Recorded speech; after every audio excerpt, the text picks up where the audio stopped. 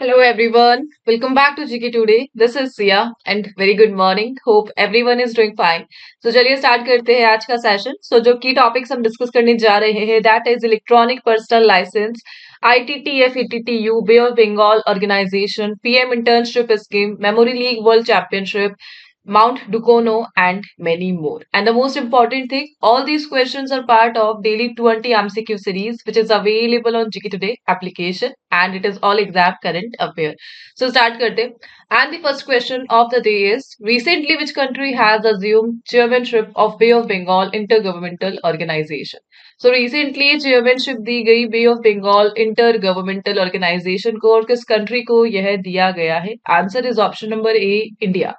So India assume करेगा the chairmanship of Bay of Bengal Intergovernmental Organization from Bangladesh. So Bangladesh से इसके जो hosting right है वो इंडिया को दिए गए हैं 2025 के लिए. So recently एक समिट हुई थी that is the 13th governing council meeting. कहाँ पर? मालदीव्स, जो कि इस ऑर्गेनाइजेशन की एक एनुअल मीटिंग का ही पार्ट है. इसमें पार्टिसिपेट किया था representative from Sri Lanka, Maldives, Bangladesh and India. और ये जो ग्रुप है ये फोकस करता है improving small scale fisheries management.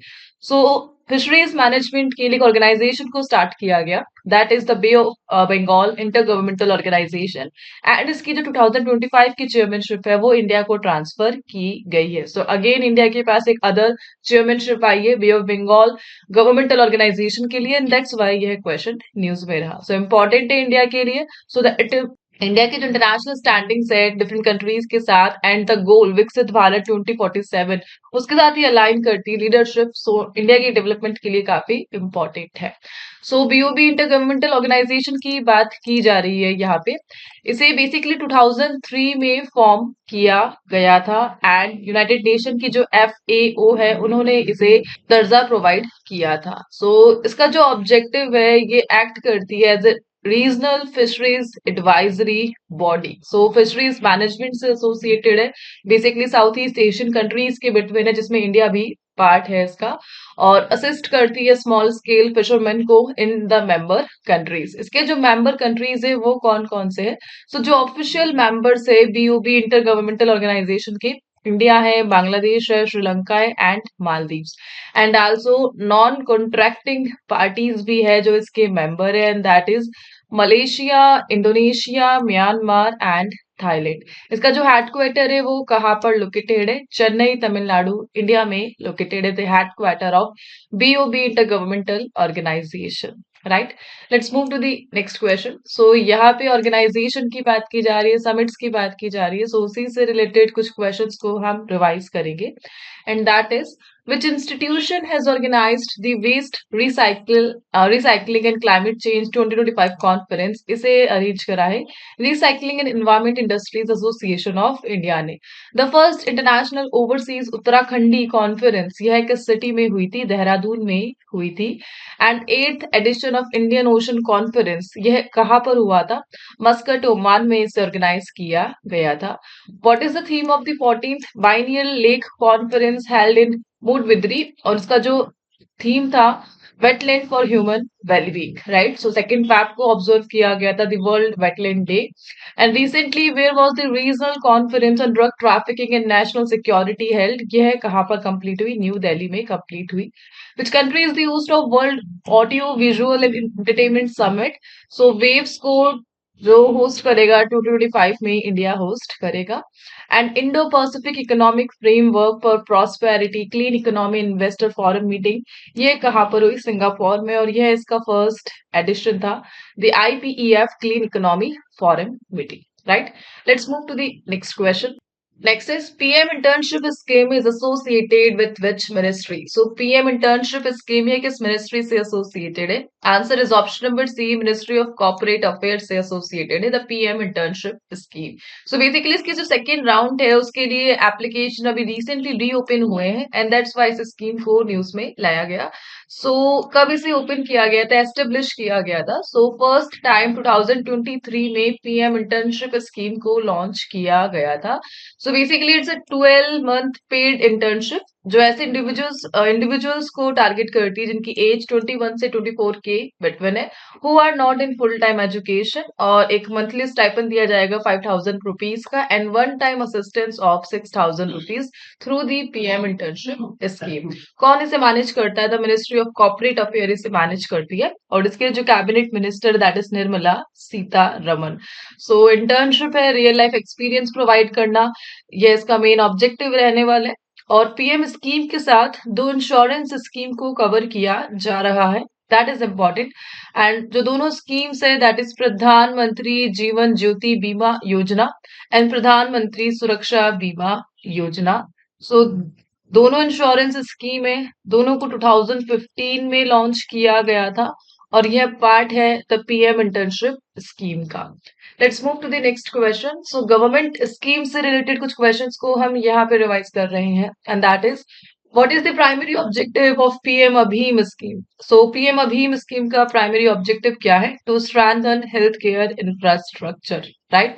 And इसी के साथ मिनिस्ट्री ऑफ हेल्थ के साथ ये आता है, और जिसके लिए कैबिनेट मिनिस्टर है JP Nadda. Which institution has developed the रंगीन मछली ऐप अंडर द प्रधानमंत्री मत्स्य संपदा योजना? और इसे डेवलप करा है the ICAR central institute of fresh water aqua culture ने। परिवार पहचान पत्र मेरी फसल मेरा ब्यौरा स्कीम ये किस स्टेट से एसोसिएटेड है? हरियाणा से एसोसिएटेड है। प्रधानमंत्री मत्स्य संपदा योजना जिसे रिसेंटली 4 इयर्स कंप्लीट करे हैं, और किस ईयर में इसे लॉन्च किया गया था? 2020 में लॉन्च किया गया था। Which state government has recently launched a new cottage policy 2024 to support artisans and entrepreneurs? So Gujarat ने इसे लॉन्च किया है। The Dr. Ambedkar Samman Scholarship Scheme has been introduced for Dalit students in which state? Delhi में इसे introduce किया गया। And which union ministry is associated with the nutrient based subsidy scheme? और इसके साथ एसोसिएटेड है the ministry of chemical and fertiliser. Now इसके लिए कैबिनेट मिनिस्टर कौन है? You have to answer in the comment box. Let's move to the next question.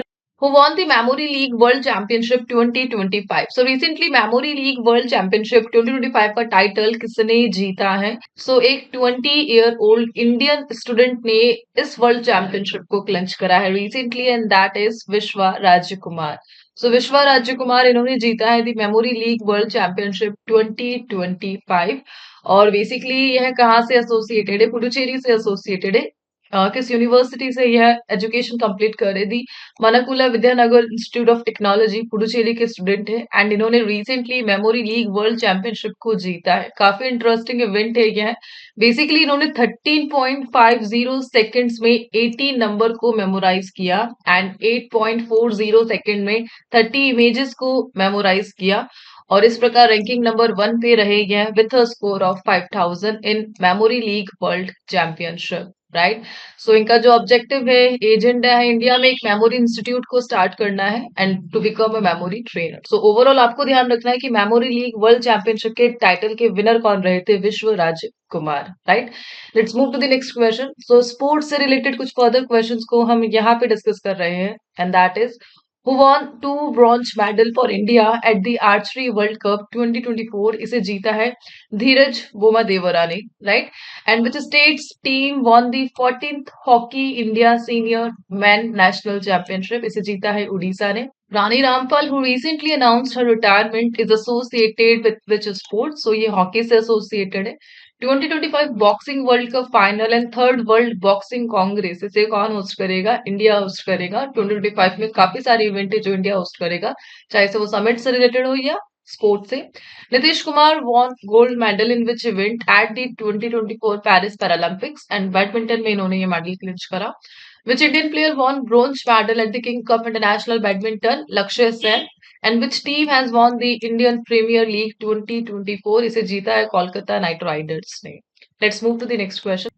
Next is which state government launch the भावांतर भरपाई योजना recently? भावांतर भरपाई योजना को किस स्टेट ने लॉन्च किया था? And answer is option number ए, हरियाणा। हरियाणा के जो सीएम है नायब सिंह सैनी, इन्होंने अनाउंस करी थी दी भावांतर भरपाई योजना, एंड रिसेंटली यह न्यूज में रही बिकॉज इस स्कीम के तहत 23-24 में फार्मर्स को 46.34 सीआर सपोर्ट है वो प्रोवाइड किया जा चुका है। सो बेसिकली जो स्कीम है ये 21 क्रॉप्स को कवर करती है एंड फार्मर्स को प्रोटेक्शन प्रोवाइड करती है जितना भी मार्केट प्राइस फॉल हुआ है, यानी मिनिमम सपोर्ट प्राइस से जितना भी लॉस फार्मर को हुआ है उसे कवर करना, ये इस स्कीम का मेन ऑब्जेक्टिव है। दी Bhavant Bharpai Yojana by the Haryana, right. Let's move to the next question. So यहाँ पे हरियाणा स्टेट की बात की जा रही है एंड हरियाणा स्टेट की कुछ अदर स्कीम्स को हम यहाँ पे डिस्कस करने जा रहे हैं and that is the falcate duck was recently spotted at which protected area in Haryana? So Sultanpur national park में इस डक को recently spot किया गया था। So सुल्तानपुर ये हरियाणा में लोकेटेड है। Which state became the second state after Haryana to launch Bima Sakhi Yojana, and that is Goa. And recently NTPC Vidit Nagar Nigam Limited is establishing waste to charcoal plants in which district of Haryana? So Gurugram and Faridabad में इसे start किया जाएगा।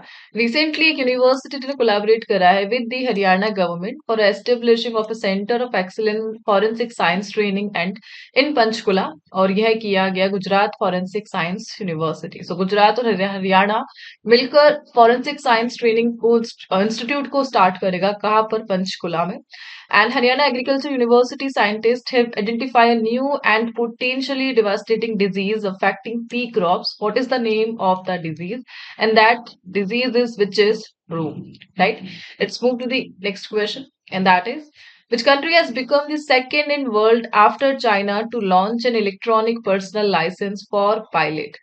सो licence electronic digital licence को pilots के लिए initiate किया गया और ऐसा करने वाला वर्ल्ड का जो सेकंड नेशन बना है that is India. So China के बाद इंडिया ने इनिशिएट कराया the digital licence for its pilot. 2025 को इस स्कीम को लॉन्च किया गया, the electronic personal licence for pilots, और यूनियन सिविल एविएशन मिनिस्टर उनके द्वारा लॉन्च किया गया। कौन है इसके लिए मिनिस्टर? दैट इज के राम मोहन नायडू, और उड़ान भवन न्यू दिल्ली में इसे लॉन्च किया गया बाय द एविएशन मिनिस्टर के Ram Mohan Naidu, right.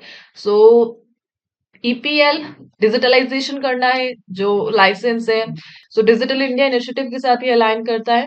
Smart card with digital licence on the eGCA mobile app, so direct access दिया जाएगा लाइसेंस का एक मोबाइल ऐप के through, so that ease of doing business जो कैटेगरी है उसमें इंडिया का जो रोल है उसे एनहांस किया जा सके।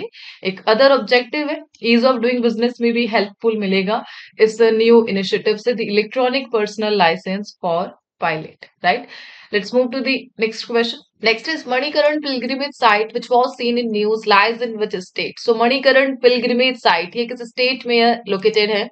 Answer is option number D, Himachal Pradesh में लोकेटेड है the Manikaran pilgrimage site. Important है बिकॉज इसे जाना जाता है अपने हीलिंग हॉट स्प्रिंग बाथ के लिए एंड एक इम्पॉर्टेंट रिलीजियस साइट है जो Hindu temple and Sikh temple से एसोसिएटेड है। रिसेंटली हिमाचल प्रदेश की जो गवर्नमेंट है उन्होंने यहाँ पर एक न्यू प्रपोजल को इनिशिएट करा है, that is to transfer water from Manikaran to Kasol for a hot bath facility, और इसके कारण जो लोकल अपोजिशन है वो देखने को मिला, लोकल लेवल पर प्रोटेस्ट यहाँ पे किए जा रहे हैं इस इनिशिएटिव के कारण, एंड दैट्स वाई ये पिलग्रिमेज साइट अभी न्यूज में रही। सो एग्जैक्टली पार्वती वैली में यह लोकेटेड है एंड जो वाटर शिफ्ट किया जाएगा मणिकरण से कसौल, इसके कारण यह न्यूज में रहा। Let's move to the next question. So कुछ अदर पिलग्रिमेज साइट्स को हम यहाँ पे रिवाइज करेंगे and that is Shri Gowrishwara temple which was seen in news is located in which state? So Kerala में लोकेटेड है श्री गोवरीश्वरा टेम्पल। एशिया का सेकंड लार्जेस्ट अस्कॉन टेम्पल, इसे कहाँ पर इनोग्रेट किया गया? रिसेंटली महाराष्ट्र में इसे इनोग्रेट किया गया। श्री रंगनाथ स्वामी टेम्पल ये न्यूज में था, किस स्टेट में लोकेटेड है? तमिलनाडु में लोकेटेड है। Recently saint Narahari Tirtha statue have been found at which temple in Andhra Pradesh, और इसे सिंहाचलम टेम्पल में फाउंड किया गया था। What is the name of the scheme launched by Delhi government to support Hindu temple priest and gurdwara ग्रंथीस, और इसके लिए पुजारी ग्रंथी सम्मान योजना को लॉन्च किया गया था। श्रीशैलम टेम्पल यह कहाँ पर लोकेटेड है? आंध्र प्रदेश में लोकेटेड है। एंड तनोट माता टेम्पल ये कहाँ पर लोकेटेड है? राजस्थान के जैसलमेर में लोकेटेड है। Let's move to the next question and that is which country is the host of 34th ITTF ATTU Asian Cup table tennis tournament? So recently Asian cup table tennis tournament होने जा रहा है और कौन इसे host करेगा? And that is by China. So 34th edition है ITTF Asian table tennis cup का और चाइना इसे होस्ट करेगा। 19 से 23 फेब तक यह इवेंट चलेगा। कहाँ पर? चाइना के शेनजेन में। और मल्टीपल कंट्रीज के जो एथलीट है इस पे पार्टिसिपेट करेंगे और इंडिया की जो टीम है उन्हें लेड करेंगे दी शरद कमल। शरद कमल इम्पॉर्टेंट है बिकॉज इन्हें 2019 में पद्म श्री दिया गया था एंड 2022 में इन्हें अर्जुना अवार्ड से सम्मानित किया गया था। जो कॉमनवेल्थ गेम्स हुए थे उसमें इन्होंने इंडिया को गोल्ड मेडल दिलाया था। कब? 2006 में। सो 2006 में कॉमनवेल्थ गेम्स में इंडिया को गोल्ड दिलाया था शरद कमल एंड यह लीड करेंगे इंडिया की जो टीम है ITTF ATTU Asian cup table tennis tournament में, राइट। और इस टूर्नामेंट का जो मस्कट होने वाला है that is Pang Pang. Basically China के शेंगेन जो एरिया है उसका निक नेम है द पैंग चैंग और उसी से नाम रखा गया है the Pang Pang the Muscat of the tournament, right. Let's move to the next question and that is where was the Pusa Krishi Vigyan Mela 2025 organised? सो यह जो विज्ञान मेला है इसे कहाँ पर ऑर्गेनाइज किया गया? रिसेंटली न्यू दिल्ली में इसे इनिशिएट किया गया by the union agriculture minister Shivraj Singh Chouhan. इन्होंने 2025 न्यू दिल्ली में फरवरी 22 को स्टार्ट करा दी पूसा कृषि विज्ञान मेला और इस मेले की जो थीम रही थी उन्नति कृषि विकसित भारत, जो कि एग्रीकल्चर के एडवांसमेंट को हाईलाइट करता है। और इस इवेंट के थ्रू जो न्यू टेक्नोलॉजीज है, फार्मर साइंटिस्ट इंटरेक्शन है, एग्जीबिशन है जो कि various agriculture institute and entrepreneur से एसोसिएटेड है, उन्हें फीचर किया गया the Vigyan Mela by the agriculture ministry, right. Let's move to the next question. So ministry से रिलेटेड कुछ अदर क्वेश्चंस को हम यहाँ पे रिवाइज करेंगे। Kashi Tamil Sangamam is organised by which ministry? So ministry of education organise करती है the Kashi Tamil Sangamam and ministry of education के जो cabinet minister that is Dharmendra Pradhan. The fisheries survey of India ये किस मिनिस्ट्री के अंडर ऑपरेट करती है? Ministry of fisheries animal husbandry and dairying के ऑपरेट करती है the fishery survey of India. PM Daksh scheme इसे किसने लॉन्च करा है? मिनिस्ट्री ऑफ सोशल जस्टिस और इसके लिए जो cabinet minister that is Virendra Kumar.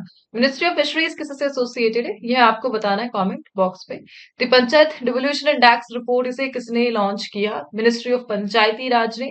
सेवा भुज योजना इसे किसने लॉन्च करा? Ministry of culture. कल्चर के जो कैबिनेट मिनिस्टर है गजेंद्र सिंह शेखावत एंड पंचायती राज के ये अगेन आपको बताना है।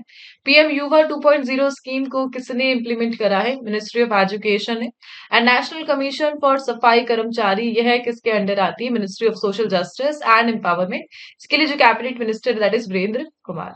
Let's move to the next question and that is Mount Dukono, which was seen in news, is located in which country? So recently एक mountain news में रहा, रिसेंट वोल्केनिक eruption देखने को मिला और कहाँ पर लोकेटेड है यह? सो जहां पर सबसे ज्यादा एक्टिव वोल्केनो लोकेटेड है that is Indonesia. So Indonesia का पार्ट है the Mount Dukono and recently active volcano की कैटेगरी में ये रहा एंड दैट्स व्हाई हम इसे यहाँ पर पढ़ रहे हैं। एग्जैक्टली कहाँ पर लोकेटेड है? दी हलमहेरा आइलैंड पर यह लोकेटेड है एंड 1087 मीटर टॉल है यह और एक रीसेंट eruption यहाँ पर हुआ है the Mount Dukono. It is a part of Halmahera island in Indonesia, right. So Indonesia जहां पर वर्ल्ड के सबसे ज्यादा एक्टिव वोल्केनोज है, लगभग 127 एक्टिव वोल्केनोज का घर है दी इंडोनेशिया एंड जो रिंग ऑफ फायर है उसका पार्ट है यह। Let's move to the next question. So recent जो वोल्केनोज रहे हैं यूएस के, इंडोनेशिया के, उन्हीं से रिलेटेड कुछ क्वेश्चंस को हम यहाँ पे रिवाइज करेंगे and that is Kilauea volcano is located in which country? So United State का पार्ट है the Kilauea volcano. Khumani bank mud volcano यह किस कंट्री का पार्ट है? अजरबैजान का पार्ट है एंड आल्सो यूनाइटेड स्टेट हवाई में लोकेटेड है the Kilauea volcano. Marapi volcano recently eruption हुआ था किस कंट्री में? लोकेटेड इंडोनेशिया में। शिवेलिच वोल्केनो यह किस कंट्री का पार्ट है? रशिया का। अल्डोइनो लिंगाई वोल्केनो किस कंट्री से एसोसिएटेड? तंजानिया से। And recently which organisation has captured an epic view of the largest volcano on our solar system named Olympus Mons using the Mars Odyssey orbiter और इसे recently NASA ने capture किया था, right? Let's move to the next question. Next is which institution has developed AI powered tool named AMR Sense for tracking antibiotic resistance in real time? So antibiotic resistance पर नजर रखने के लिए एक tool को develop किया गया है एआई पावर टूल और किसने इसे डेवलप करा है ट्रिपल आईटी दिल्ली ने सो ट्रिपल आईटी दिल्ली के जो रिसर्चर्स है इन्होंने इस एआई टूल को क्रिएट करा है so that antibiotic resistance real time में ट्रैक किया जा सके डिफरेंट इंस्टीट्यूट्स के बिटवीन कोलैबोरेशन प्रोजेक्ट है और इसके लिए जो कोलैबोरेशन है वो सीएचआरआई पाथ के between Tata one milligram ICMR scientist के बिटवीन यह प्रोजेक्ट इन्वॉल्व करता है एंड बेसिकली इसका ऑब्जेक्टिव क्या रहने वाला है हॉस्पिटल जो डेटा है उसको एनालाइज करना है उनके इंसाइट्स को रीड करना है और उसको यूज करके जो इंसाइट्स है that is related with antibiotic resistance उन्हें एनालाइज करने में हेल्प किया जा सके सो दैट जो क्विक एक्शन है उन्हें लिया जा सके in real time right so triple IT Delhi का इनिशिएटिव रहा सो इसी के साथ इस सेशन को यहाँ पर एंड करते हैं एंड आज के जो क्विज के क्वेश्चन है that is related with important days and events in news so इनके आंसर आपको कमेंट बॉक्स में प्रोवाइड करने हैं सो मिलते हैं नेक्स्ट सेशन के साथ till that please do revision and take care